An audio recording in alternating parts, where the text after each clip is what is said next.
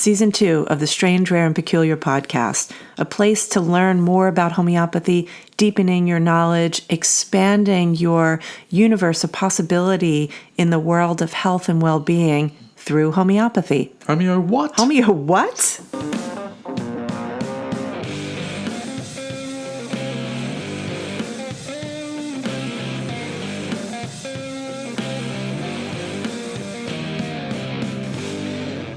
Good evening. Hello? Good morning. It is technically morning where we are. And good afternoon. And all of that. And whether you're bathing the dog, driving your car, or what else do people do? While listening to podcasts? While listening to podcasts. Knitting, or sitting in front of the fire. If you've got a cup of tea or a glass of Sauvignon Blanc. Welcome to you. Wow, it's quite an intro. I think you are channeling Chris in the morning. That's my tea you're drinking.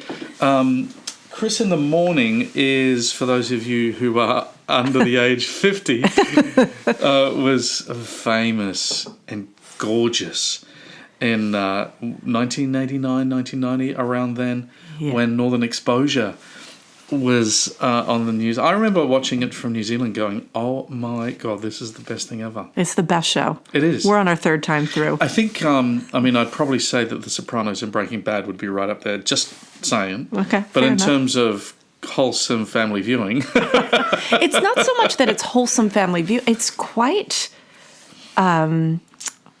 there are a lot of dimensions to it, let's just say. There's whoever the writers are brilliant because they're really speaking to the change of paradigm. Yeah. You know, they're speaking to the new physics. Yeah. It's set in Alaska. There's an astronaut. It's hilarious. It's so good. But there's some of the commentary is unbelievable. It's so good. And for those who haven't seen it, the guy Chris that we're talking about who plays the DJ is also Aiden from Sex and the City. So if you're an Aiden fan... Didn't he turn up in My Fat Greek Wedding or something? My Big Fat Greek Wedding? I don't remember, anyway. Which seems strange. Anyway, but here we go. So how did we get on to Northern Exposure? Because you sounded like Chris in the morning on K-Bear. Hi, everybody. No, he doesn't sound anything like that. This is... the BBC. Okay, so today, what are we talking about? We are talking about homeopathy. For a change, right. Well, I have had a great week. It's Friday. I think about the last couple of weeks, I've had it was catch up from maybe the New Zealand trip and also the quick trip to Italy. But I had a bunch of clients last week and a bunch... this week. Everyone's getting better. Yeah. It's like... Don't jinx it. No, I say that because I know that Yeah. what'll happen in 3 weeks' time. But I wanted to talk about practice and how... actually, just what came to mind was that how my attitude towards practice has changed over the years. You know, and I would have left school... homeopathy school, assuming that this is what I am and this is, my identity, right? My professional identity, and this is what I will do. And of course, and I did that, and I found it very stressful, full-time, nothing else practice. And so I'm kind of happy the way that it rolls at the moment, which is I see more clients than I probably have for years, but they're peppered throughout the week and peppered throughout other teaching commitments and other research commitments. One of the things that I talk to the students about, especially when we do the business plan, the suite of lectures around the business plan, is the three-legged stool. What's the three-legged stool? Well, that if Session, practice... location, modalities? if all you're doing is seeing clients, it's really easy to burn out.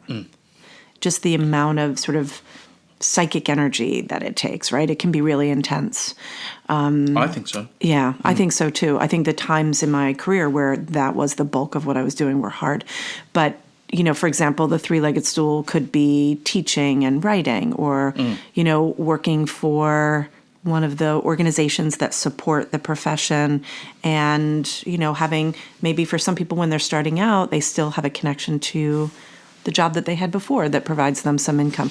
Yep. I mean, in the very early days of my when I was sort of studying and, well, my journey was a little bit different than most, but I had a crossover time where I was still doing some consulting and some writing while I was practicing homeopathy. And it was kind of a nice bridge, you know, and during a time when there were some life stressors and it was difficult to sort of hold the space for so many clients, I went back and I spent, you know, a year doing some consulting work and seeing less clients, you know. So I think there's this thing about a practice that it grows and it contracts as needed, right? Like sometimes you don't take on a lot of new clients. Sometimes you take on a lot more or whatever.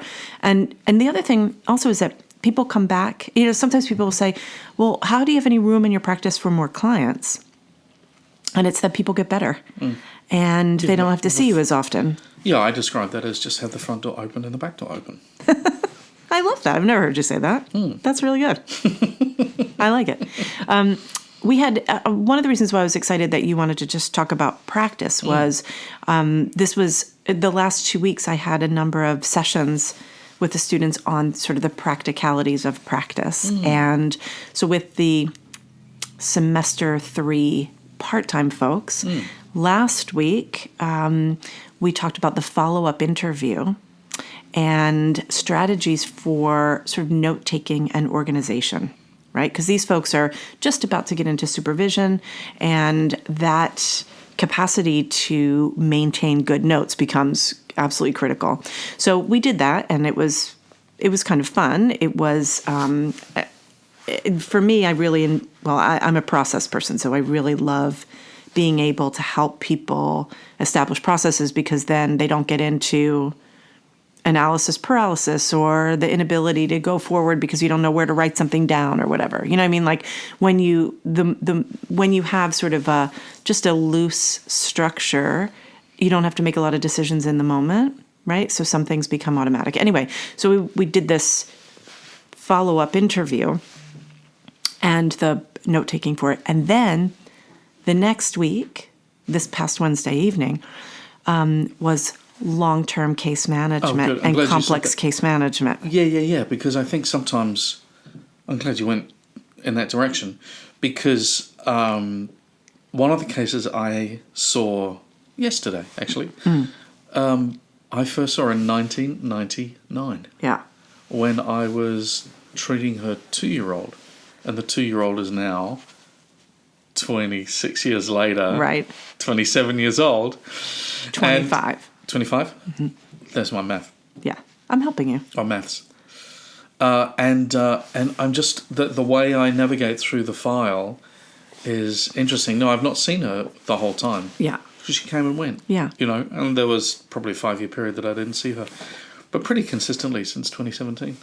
And the mechanics of managing information. Right. So critical. I mean, you got me to stop doing my paper notes. Well, I didn't make you. No, you didn't make me, but you offered some, not just suggestions and not just observations of the ridiculousness of carting around all the files that I had for so many years, but also just by showing me some of the ways that you kept digital notes, which I've modified some. I would say that we probably are 50% in alignment with our note taking. Would you say? Do you mean the mechanics? Like I use 3 columns and that kind of thing? Yeah. Yeah. Sure. Maybe even more than 50%, actually. Yeah, I mean, you use landscape, I use portrait. Right. I use a bunch of fonts. But no, I'd say that there's, we don't do it the same by any means. But, you know, we use some of the management stuff we use is the same now, isn't it? Right. Because you use the critical table of contents system. Man, when I worked that one out... That was a game changer. Oh, I stood up in a lecture and I said to the teacher, I love you. You've just changed my life. Oh, someone showed you that. Yeah, the first time was actually in Sydney at the university when I was doing my PhD. Oh, so this was not a homeopath? No, not at all. I was learning about smarter use of Word. And... You know, that was about managing large documents. Now, what do you think a 20-year file is thousands and thousands and thousands of words. It could be 100 pages. Well, I was just, the case that I walked the students through on Wednesday night, it's a case that I've been working with since 2018, so it's not that long, but had been seen by another homeopath that just because of the complexity of the case and the person was in a very, very acute phase, and the person whose case it was originally was not in the country, blah, blah, blah. So I had taken it on to manage this acute and then wound up, continuing to manage the case because of its need for somebody in the same time zone. I mean, sometimes that's just really important. Anyway, and so I was able to show the students how I first started working with this person just managing a really complex recurrent acute without having the full background. And then I got the full background. Then I did an initial case, so not in the order that we often, see it in. And then actually what I love about teaching this case is that the file shows, I always put my repertorizations in. I screenshot repertorizations. Do you do that? No, I have a file. See, I have a corresponding file. No, I have mine in line with the document.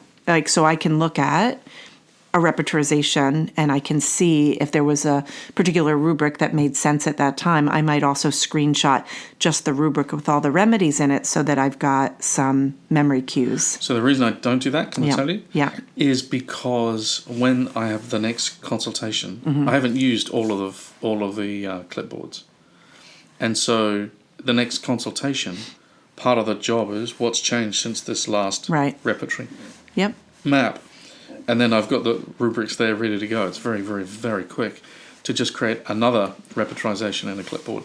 You're doing the whole thing again. Sometimes. Yeah, but I mean, if you've screenshotted it, you know. Yeah. But it changes, whatever. That's okay. It's no judgment in that, mother. I'm not taking it like that. You get a little bit defensive. No. It's just a different way of looking at information, isn't it? Because totally, and managing it. So anyway, you were talking about the table of contents function. So it was a game changer when you showed that to me because for context? Yeah. The table of contents function simply is date and remedy. Exactly. And so as soon as you create a table of contents, you've got on one cover sheet the date and the remedy.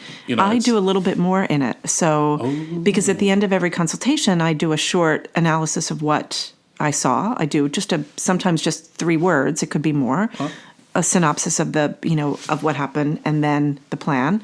And sometimes if there's a differential, if I have other remedies in mind, so that I can get more information from it. And what's really nice about that table of contents function, which do you change it to say? I change it to say remedy history, the name, so it doesn't say table of contents. No, I don't say that. And then I change the font. But anyway. So that's what you do in your office all day. Admitting my weird. But what's really cool about it is, let's say you're looking at that list, right?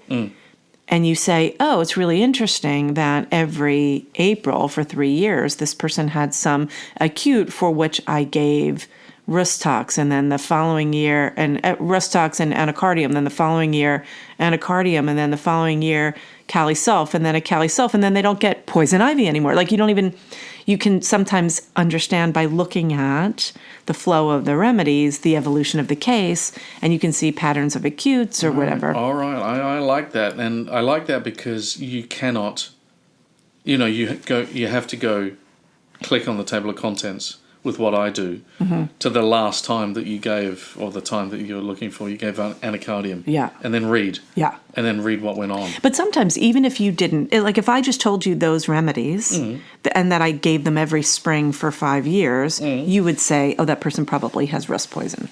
Wouldn't you? I mean, I would, but after the small remedy presentations this week, who did Russ V?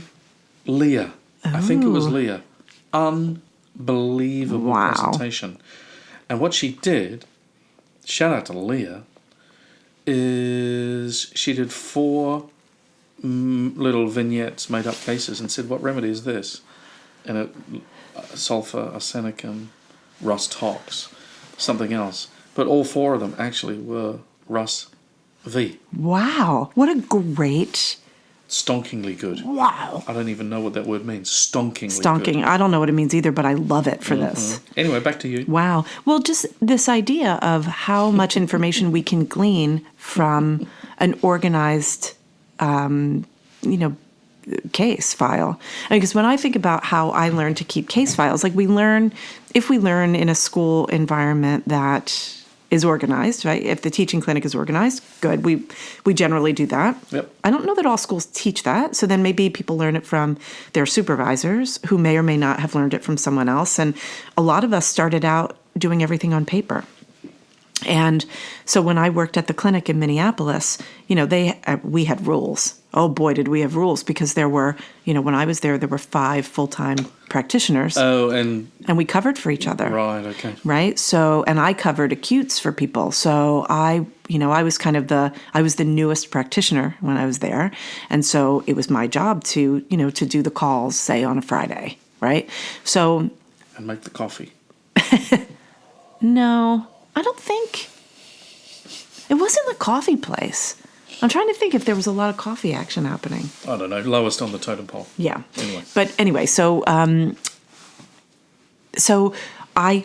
my case files and the way that I ran clinics always was based on what I did there. And back in the day, we would get, I was just explaining this to the students the other day, and it sounded so funny to hear, so people would call and they would leave a voicemail, and then we had a person who would transcribe the voicemail and put it on the chart, and then you would have the message, right? Because it came in through a central, phone bank. Okay. But then there was also, you could get a fax.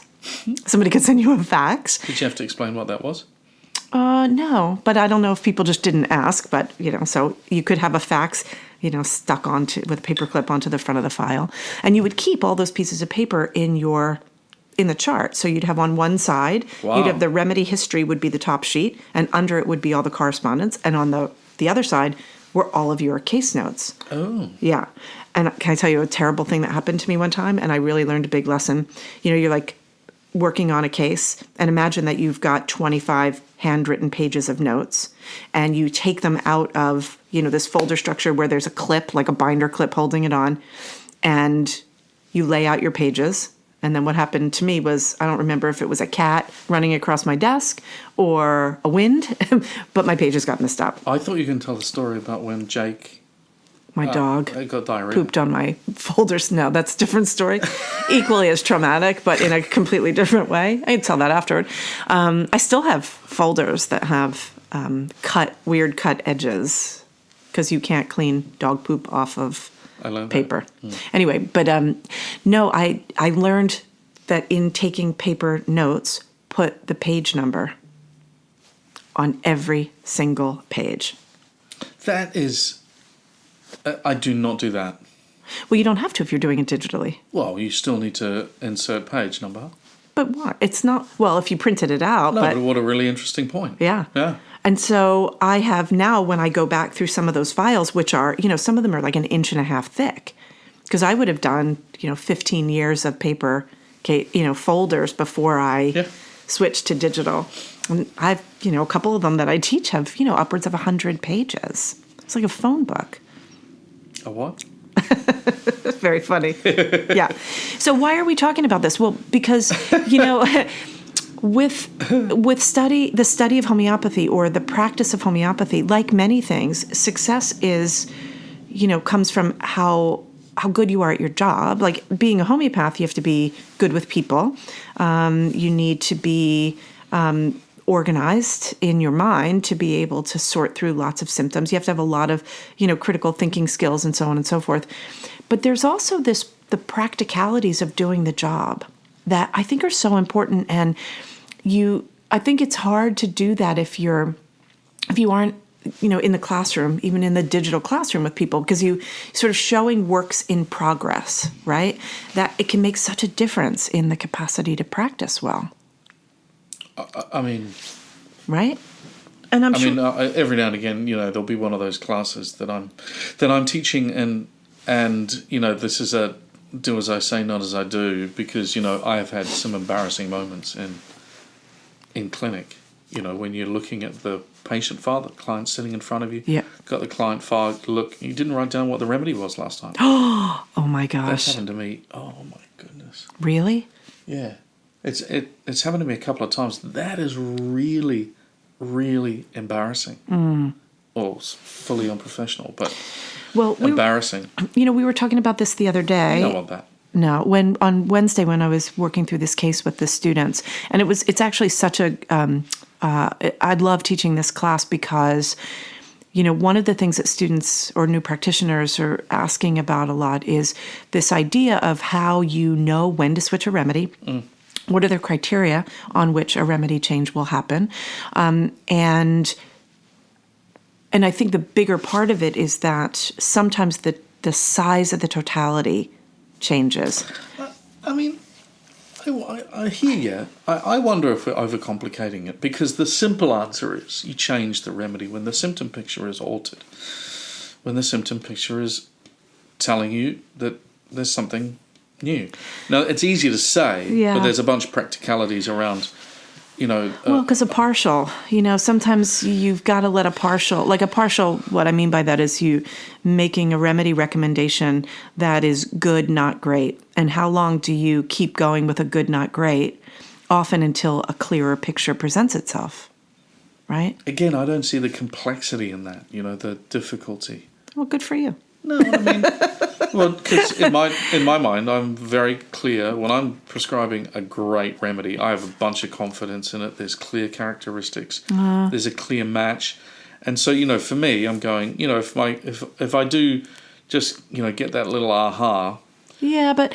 Then I know that I'm dealing with a let's say a really... Fair enough. Yeah. But see, I guess I don't focus on those cases as much as the ones that are more challenging to... Well, all our cases are more challenging than that. Yeah. Yeah. So when you're working through, like this case that I was presenting, what's kind of fun about the case is that I kind of had a hit on a remedy early on before I took his full case. Now, a hit. I had an idea, actually 2 remedies that happened to have a relationship to one another, but I hadn't taken this guy's full case, and I was working on, and I don't want to say any more information because I want to make sure to not, give any information about this person. Right. But this person had a very acute problem, a recurring acute issue that was real health challenges. And he had more than 100 episodes of it over 25 years. Right. And it's intense. It's the kind of thing that can put a person in the hospital. So it required this close management. But, sometimes you're working on you've got to fix this acute physical thing. And obviously, because it was recurrent, it's a part of his chronic picture, no doubt. But when it comes up in such an acute way, those symptoms drive the clinical decision making. But you can also hear what we refer to often as simple language, or Sankaran folks would know it as the other song. It's the uncompensated narrative, the language or the phraseology or the gestures or the dreams or whatever that tell us a different story. And sometimes in these complex cases, you could hear the echoes of that before, but you've got to work on this other problem because it's really intense, and so it was interesting though, because the remedies that I could sort of hear in the background, I wrote down hydrogen and Haliathus leucocephalus, so the eagle's blood. Mm-hmm. And it's I'm treating this very, acute physical thing, but his language must have been so clear in that moment, right? And then fast forward, took his case, heard the whole story, and that, that one of those remedies was chosen, and it was a huge shift in vitality. And so the conversation that we were having in class was about how we're often looking for the deepest remedy, or the remedy that encompasses this sort of metaphor of human suffering. And then sometimes the parts break. And when the parts break, you got to deal with the matter. There's energy and there's matter. And in these acute situations, there's no monkeying around with, sometimes. I'm sure it can work on occasion, but you find yourself just really getting into the, kind of the nuts and bolts of problem solving, in these kinds of acute exacerbations of of the body. Yeah? And so that totality size shifts, and then the depth to which you're really looking shifts. And so I think when we're learning how to do this, I think part of the conversation about long-term case management is it removes the idea of the simillimum fantasy. It does. Right? That you're just going to find the soulmate remedy from I don't know where, and that's going to change everything, when in reality, clinical decision-making comes from assessing remedy reaction. Can I contextualize this a little? By all means. So, homeopathy, again, is a bunch of elegance and simplicity to it. We choose our remedies based on similars. Full stop. Right? That's what we do. We match patterns. We give a minute dose or a minimum dose. We hopefully are prescribing one thing at a time. But the totality of symptoms, and I say but, and that's of course another fundamental principle of homeopathy that really speaks to, kind of 19th century language, 18th century language around individualization. We individualize each and every client's, presented complaint. Yep. And it's this that is the hard part. And it's this that I see, so many people tripping up on. Yeah. And so you're saying, we expand and contract our totalities, and it's an advanced, I believe that it's actually advanced work. Yeah. And it's hard, I think, in the beginning. It must be actually sometimes bewildering to see, a prescription, or at least a conversation going on between you and the senior students around supporting the organs in this case. Right. And then next week, when they're back in clinic, it's all about, no, listen to the simple language. Right. There's the song, Yeah. And suddenly, I think students are confronted with, either they're crazy, or two, there's something sophisticated going on. Right. In terms of education, advanced concepts, you want to teach that stuff after the foundations are laid. But we've also got clinic, and we've got real life people in clinic today that are ill, and we are duty bound to do best practice for the client and actually for the students as well. So, all we can do is, and this is, I kind of am really proud that we do this, is that we just show it as it is, warts and all. Yeah. And the expansion and contraction, the warts, the wins. Yeah. and some of the losses. Can I? Just something that's been on my mind is, I was teaching keynotes as a methodology, and it's. Simply, keynotes are if you like, a legitimate shortcut that were evolved in the 1800s as a technique by very, very busy clinicians of probably dealing with the load of their cases. Or you could also say it as just a clinical focus. Well, exactly. And it's kind of a fun class, and I usually give some examples. But one of the examples, it always has it's a double-edged sword. So it's a case of a woman who was an accountant that gave up accounting because she loved cleaning so much that she became a house cleaner. Wow! Right? So chartered accountant, house cleaner, and that was the arc of her work. But she was extremely anxious, like outrageously anxious, and in the middle of it, we had some health history, including mono and glandular fever. Right. Chronic fatigue, mono, glandular fever. And at the end, the presenting complaint was episodes of depression and consistent anxiety. And the remedy was carcinosin, right? Please, always with the carcinosin. Always with the carcinosin. And when she came back in the follow-up, which was 4 to 5 weeks later, she said, where this is going. Oh my God, thank you. For the first time in 10 years, I look at my husband and I go, ooh, I feel the weight is lifted. Yeah. My nephew tried to scare me, going boo, and nothing happened, and I didn't freak out and wet myself. It's like a fundamental, gigantic change in her. And, it went on, and I was frantically typing because I thought, This is a really good demonstration of carcinosin. Yeah. And then she said, "Oh, what was the remedy?" And I said, "Oh, it was just an infinitesimal dose of a nice remedy from the natural world." Right. How'd that go? "What do you mean?" And I said, "Oh, you don't need to know about the intricacies of pharmacy." And she said, "Yeah, I do." And it went on, and she pushed me and pushed me and pushed me. And then I said, "Oh, look, the remedy you took is carcinosin." And she said, "What is it? Tell me what it is." And she lost it and left and never came back. And her husband rang and said, it was a really interesting conversation with her husband, because he almost apologized for the behavior because he saw the change in her, but I lost her. And so and it's like, what a story. And so, on the one hand, it's like, this is totally stressing me out. Why? I didn't know this story. I don't know. I just... Well, I mean, it is. How on earth, in terms of long-term case management, right. I mean, there's going to be nosodes in the prescriptions. Oh, I didn't know where you were going with this, because you were talking about keynote prescribing.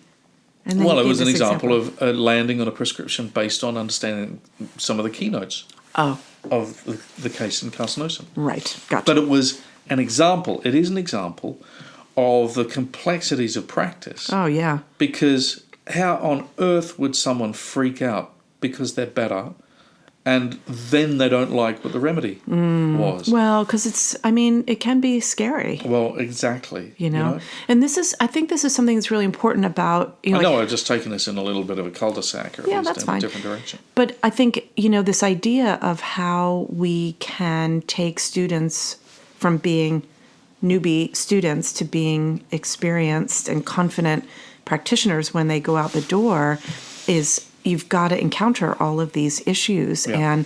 And, I'm always so happy about the way that we've built our clinical paradigm, because the students see the real, they see what happens. They see the behind the scenes. They're, because we're running a real telehealth service, so that there's interaction even from the very beginning when students are seeing the correspondences between the clients, and, the cases are available for students to review. It's really helpful, because if you didn't have that, I think it would be, the word you used, I think in a different context, was bewildering. I think it would be... It is bewildering. Right? How to do the job would be bewildering. Yeah. And people often ask when I'm doing student interviews, I don't know if this comes up when you're doing student interviews. So for listeners, we, when students are coming to AHE, they first meet with somebody on, with Amy, who's on our admissions team. And then... Not Amy, our golden goddess admissions coordinator. She's like Amy. The most amazing person on the planet. Correct. And funny. Anyway, but then if if the person's a good fit for AHE, then we meet, one or the other of us meets with them. Anyway, and that's just kind of, we just want to make sure that it's a good fit. Anyway, with that, the question often comes, and I don't know if people ask you this, do we learn how to, can we graduate in practice and, have, do this as a job? But also, do you learn sort of the nuts and bolts of how to do it? Right? Do you get that question? It's certainly come up. Yeah, I hear that quite a bit. Yep. Yeah, because you sort of need to know that. But there was the question I get is, the one that sticks in my mind, it happened recently, a couple of times actually, was essentially, are you a classical, brackets, fuddy-duddy prescriber or a school, or a progressive, brackets, speculative, no research at all. Oh my gosh. Kind of school. Oh my God. I did actually stop in my tracks and just, think how to deal with that. Anyway. That's a tough one. Well, because the, conversations, word on the street is not always, Yeah, it's interesting, isn't it? Yeah. Anyway, but before we took the little cul-de-sac, yes. There was something that I wanted to... Are we in another cul-de-sac? No, this was the road. I'm back on the road, but now I can't remember where I'm going. We were talking about long-term and complex case management. Yeah. Relationships. Oh, and the idea of the simillimum versus the... Totally. Right? So, I did a first cul-de-sac was just going into totality and then blah, blah, blah. But you're totally right, because an understanding, an expectation that you're going to be engaging with this person in the long term. Long term could be a year or 25 years. Well, yeah.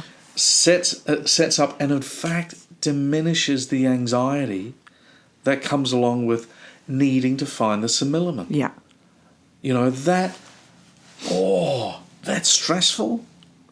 Whew. Well, because it doesn't, I mean, I don't want to say it doesn't exist, because every now and again you kind of find a remedy that lasts for a really long time. I just told you an example of a, you know, that was a kick-ass prescription. But to have that expectation on you and from your clients, they don't have that expectation on anybody else. It's lovely when the osteopath does that adjustment. When you go to the chiropractor and they look at you and they set you up and then they go, pff, and your whole spine goes, do, do, do, do, do, do, do, do. I love that. I mean, that's a really good adjustment. Yeah.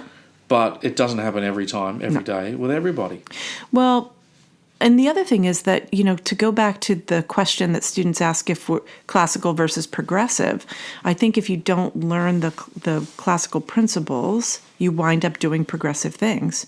And right? Because like other interpretations of homeopathy naturally happen if you can't or aren't finding yourself successful in practicing homeopathy. It's homeopathy. A natural thing to do. Right. Is to look around for certainty or some other system for sure. Yeah. Adding other tools, whatever. And it, you know, when I'm working on my Florida talk. How did you know what I was going to say? Because I finish your sentences all the time.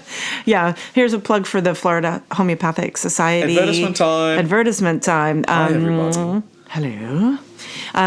So I've got this, I guess it would be a seminar. It's a weekend. It's not a conference. It's just me. Well, it's a seminar. A seminar, right. Yeah. And so I've got 12 hours, which is really exciting to pull together various concepts and create this sort of arc that over the course of a weekend to take people on a journey. And I've just been enjoying it so much in the preparation. And one of the things I realize whenever I'm starting a talk, writing a new talk, not the research part, but when I get into, you know, how to get the point across, one of the first things that comes up is that, and I say it in every talk, homeopathy, it's a thing. It's an actual thing. It's a system of medicine. It's got laws, you know, based on universal laws, and the therapeutics that Hahnemann devised are 100% meant to be used in alignment with the philosophy, right? And so once you get to that and you sort of ask the question, what is homeopathy, then and you really try to understand what the intentions of it were. And, you know, in all fairness, it's been muddy because of the evolution, right? But once you sort of peel away and go back to the basics of what Hahnemann was he cracked the code, all of a sudden the newfangled sort of progressive things, they're not as shiny anymore, right? Because there's so much for us to discover and get better at just based on the, you know, the elegant simplicity of Hahnemann. But to kind of go back to even before where we were, which was, you were talking about sort of the, you know, the elegant simplicity of Hahnemann's four principled, you know, initial offering in homeopathy. So, you know, one remedy at a time for the largest totality of symptoms that can be perceived, prescribed according to similars, and in the minimum dose to, you know, to begin the process of healing. But then along comes chronic diseases, right? And this was another suite of lectures. I was working with the full-time year one folks, their intro to chronic diseases and miasm theory this week. And, you know, it's fun to, you know, being a teacher is so much fun because you get to revisit concepts all the time and, you know, reread materials and just rethink what, you know. And so what we were talking about was sort of the practicalities of how to use this information. And I said to the students, what you're going to notice now is in clinic, one of the questions that you are going to be asking is, does the miasm matter in this prescription, right? Because it's going to, once it's in your consciousness, then you're going to start asking. And so there's this other dimension to long-term case management, which is when is there evidence of or visibility of a pattern that represents that sort of larger chronic pattern that, Hahnemann referred to as miasm. Oops. Obviously, we're not going to go, all the way down that road. But I think part of the learning long-term case management is that you are using all the tools at your disposal and, developing facility with all of the ways that Hahnemann was problem solving up until the very end, right? You're just staring at me. No. You thinking? Yeah. Oh, good. Processing. Right. But see, when you go silent on a podcast... Oh, yeah. Sorry about that. That's okay. No, I was... my thought process... sorry, I'll tell you what it was. And that is that in emphasizing case management... Yeah. We can speak and, have fairly, I'd say, agreeable conversation about the fundamentals of case management.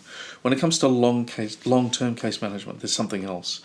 And again, as students spend more time, get their feet under the desk, early years of practice, there's a difference between a client and a complicated client, a difficult client. And a difficult client, either say through personality, anxiety, right, behaviours, or just the case is complex, miasmatic complexity, for example. Yeah. So actually, all of that was going on through my head because when we're acknowledging that, you might actually be working with this person for 10 years, that means that you're not dealing with a simple chronic case. At the end of the day, you're dealing with, someone that's got a karma to unravel, or Did you say karma to unravel? Yeah, or a miasmatic load that is multi-miasmatic and is going to take us in all sorts of different directions. So when I think about the woman that I saw this week, that I saw in 1999 for the first time,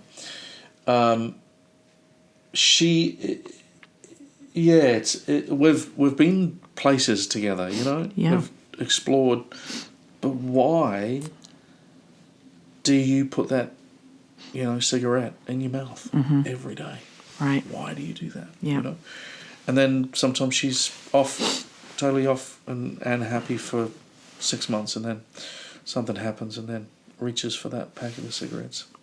You've brought up something that I think is really a conversation that needs to be had, is the realistic expectations of homeopathy. Yeah. I mean, there are times when you give a remedy and like the case that you were talking about, and the birds sing and the sun shines and you levitate and the whole shebang. And there is happiness in the land. And then there are times when, it's a lifelong journey, going back to that case that I taught this week in part-time 3, it was expectation setting. When somebody has a complicated sort of acute exacerbation that has happened more than 100 times in over 25 years, right? You're not going to find a remedy that just makes that pattern go away. And this person has a very deep and complicated medical history, going back to one of the parents had a degenerative neurological disease and died young. So there's there's all sorts of stuff there. And so, how do you manage expectations in case management, right? How do you sort of look at a case and say, well, I see enough movement to know that this person is making progress. And one of the difficulties that we face now is, the availability of sort of half information about homeopathy through the internet and Facebook and protocols and stuff. Yeah. It has changed the expectation. Yeah. And so sometimes people in their, the frustration about not feeling at their best will say, I'm going to try another iteration of homeopathy, which I think is fair, right? Like, we need liberty in our choices in how we're going to pursue our healing.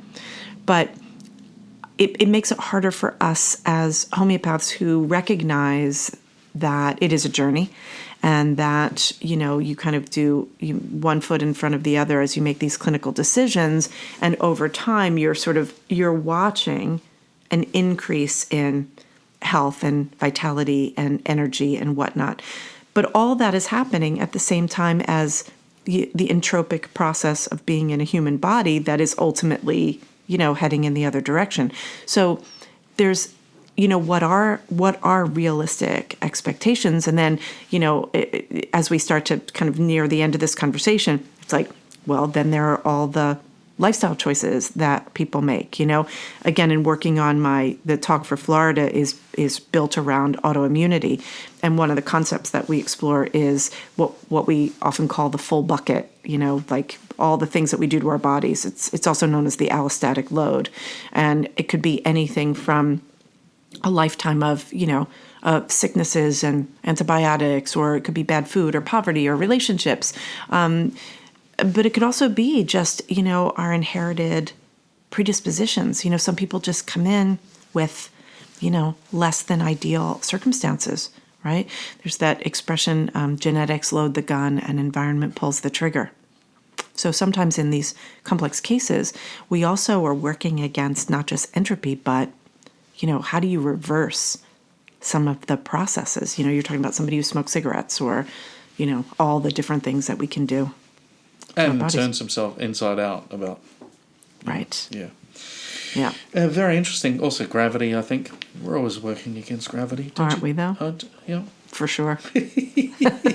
Being in upright seated position is difficult sometimes. And aging. I love it. You love aging? I love it. You say that often. I actually believe you. Yeah. I'm okay with it. Yeah. I am actually okay with it. At this moment. Right. Okay. Hey, you said as we end this conversation. What do you mean? We're ending the conversation? I think we need to wrap it up. I have a client in 15 minutes. All right. Hey, there's much to talk about. We're busy in the research office at the moment. We are busy in the school at the moment. So, I don't know. Let's do it again soon. Let's definitely do it again soon. And we have 2 bits of unfinished business on the podcast to keep talking about. One is about using Benninghausen as a part of daily practice without sort of using it just inside of sort of the confines of like the TBR2 or just using, but using the principles of Benninghausen and the spirit of Benninghausen. That's something that we had our first conversation that we've got to do.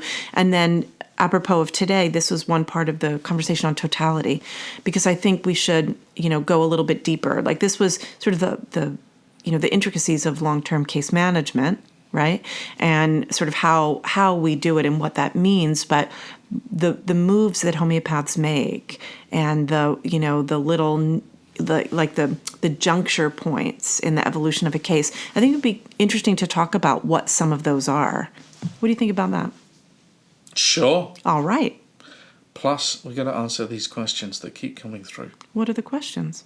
There's heaps of questions coming from our podcast. Really? Can we do one of those Q&As? There's a list longer than your arm. Let's do an informal Q&A session. All right. Just as a bonus. Okay. All right. See ya. That's it. See you, everybody. Home Foundation is hard at work. The Practitioner-Generated Research Network is like nothing the homeopathy community has seen before. Through the PGRN, we will be able to bring groundbreaking research to the world that will help protect homeopathy for generations to come. Learn more about how you can contribute to research at homefoundation.org. That's home, HOHM, foundation.org.